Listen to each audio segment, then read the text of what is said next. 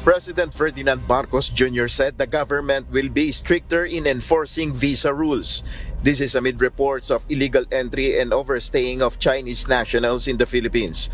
President Marcos Jr. said, due to reported abuses, the government will be stricter in enforcing immigration rules. So what we will do is to more strictly enforce.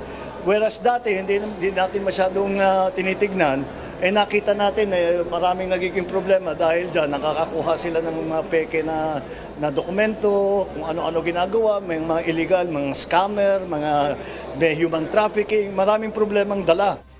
PBBM also said the government will be stricter in allowing visa conversion from tourist to student as there are some who falsify documents to be able to buy property in the country. So titiyakin natin na hindi na mangyayari yun. Walang special na rules para sa kahit na kanino. Pantay-pantay lang lahat.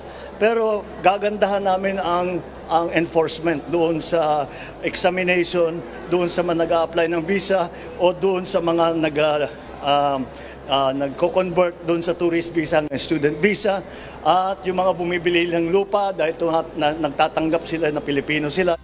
Meanwhile, President Marcos questioned how Bamban Mayor Alice Guo was elected, saying she must be investigated. PBBM said that she was not known among local leaders. The chief executive added that the government has been looking into the Philippine offshore gaming operator or POGO operations in Bamban.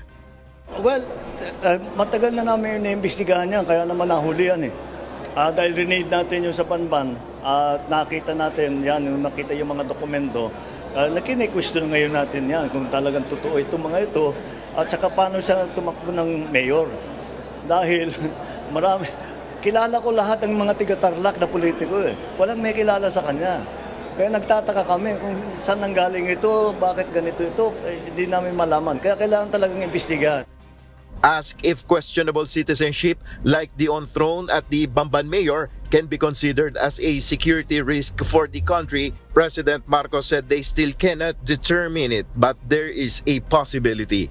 Nel Maribuhok, UNTV News and Rescue, we serve the people, we give glory to God.